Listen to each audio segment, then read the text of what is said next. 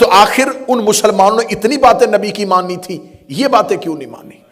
اس کو سمجھنے کے لیے میری قوم کے بچوں ہمیں پیچھے جانا پڑے گا، کہ آخر ہمیں تھوڑا پیچھے جا کے دیکھنا پڑے گا کہ کون سا ایسا واقعہ رونما ہوا ہے جس کی وجہ سے جو ساری باتیں مان رہے تھے اب کوئی بھی نہیں مان رہے۔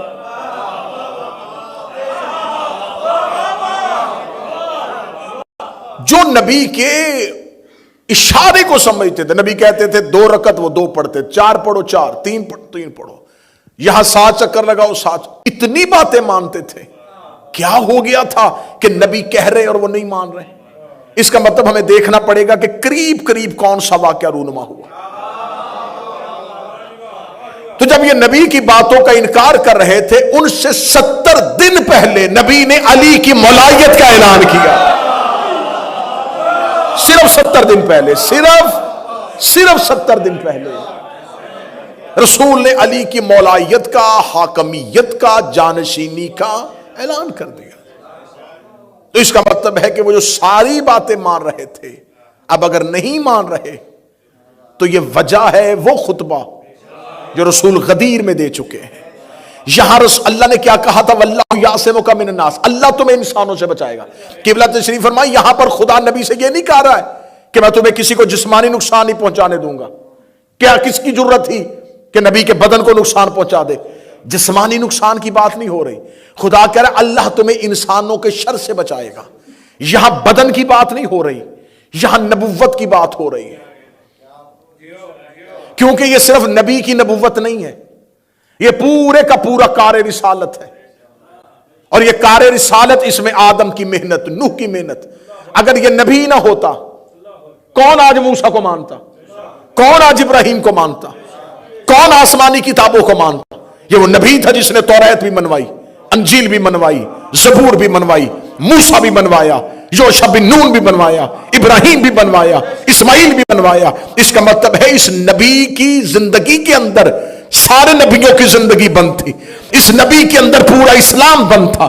جس نبی کے اندر پورا اسلام بند تھا، اللہ اسے کہہ رہا تھا یا ایھا الرسول بلغ ما انزل علیک، اگر تو نے یہ نہ پہنچایا تو پھر تو نے کچھ بھی نہیں پہنچایا۔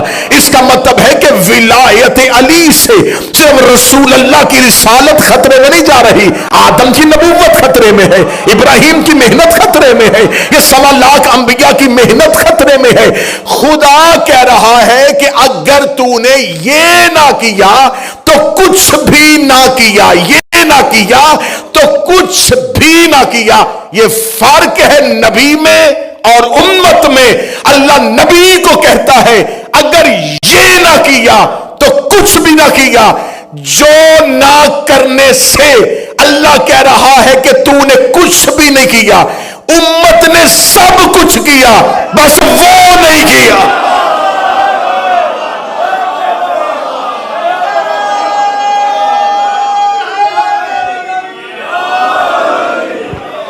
میں بات سمجھا سکوں یا نہیں سمجھا سکا؟ کتنا فرق ہے؟ بسم اللہ۔ کتنا فرق ہے کہ اللہ کہہ رہا ہے اگر یہ نہ کیا، کچھ نہیں کیا، امت نے باقی سب کچھ کیا، وہ نہیں کیا جس کی وجہ سے اللہ کہہ رہا ہے کچھ بھی نہیں کیا۔ اب خدا کہہ رہا ہے کہ میں تمہیں بچاؤں گا۔ اس کا مطلب ہے کہ کار رسالت بند ہے ولایت علی میں۔ تقریریں ختم ہو رہی ہیں، دن تھوڑے رہ گئے ہیں۔ اس کا مطلب ہے کہ دین پورا بند ہے نظام ولایت کے ساتھ،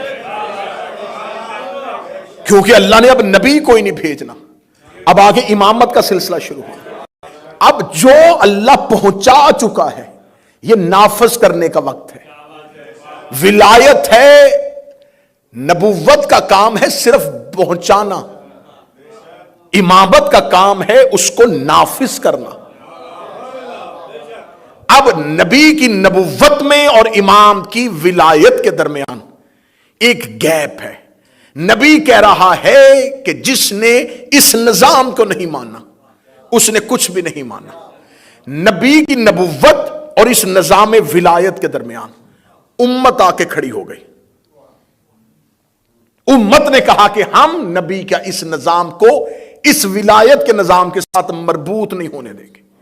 اللہ نے کہا تھا کہ میرا محمد تو نہ گھبرانا، تو چلا بھی گیا، تو نے دنیا چھوڑ بھی تھی، میں اس نظام کو بچاؤں گا۔ لے میں تقریر کا پہلا، آج کی تقریر کا پہلا جملہ اپنے جگر سے نکال کے تمہارے اذہان عالیہ کے حوالے کرنے لگاؤ۔ اللہ نے کہا میرا محمد اگر تو آ بھی گیا یہ پھر بھی اس نظام کے کچھ نہیں کر سکتے، کیونکہ میں تمہیں بچاؤں گا۔